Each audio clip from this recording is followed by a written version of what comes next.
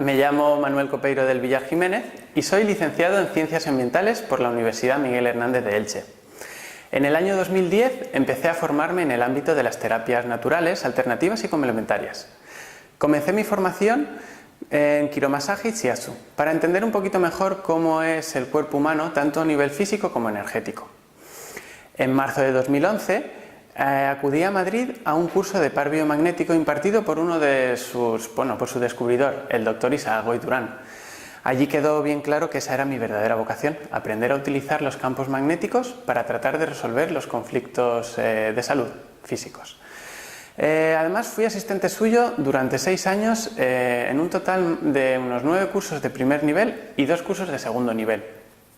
Me he formado en más de 50 cursos relacionados con el par biomagnético con diferentes docentes, entre los que me gustaría destacar al terapeuta Xavi Zabala y a los doctores Enrique de Juan y Salvador Gutiérrez. En marzo de 2017 me formé con uno de los hijos del Dr. Goiz, el psicólogo Moisés Goiz, en una terapia que él llama equilibrio biomagnético.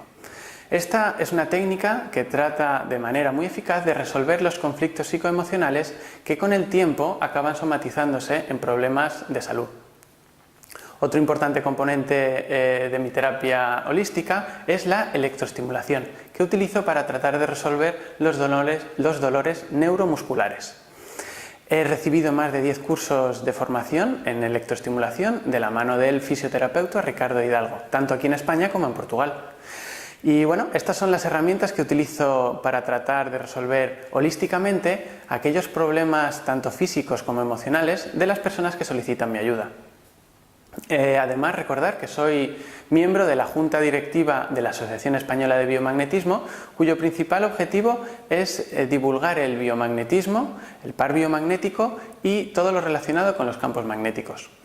Así pues, os invito aquí al Instituto Valenciano de Terapias Naturales para que vengáis a conocer algunas de las múltiples terapias complementarias que este centro ofrece de la mano de los mejores profesionales.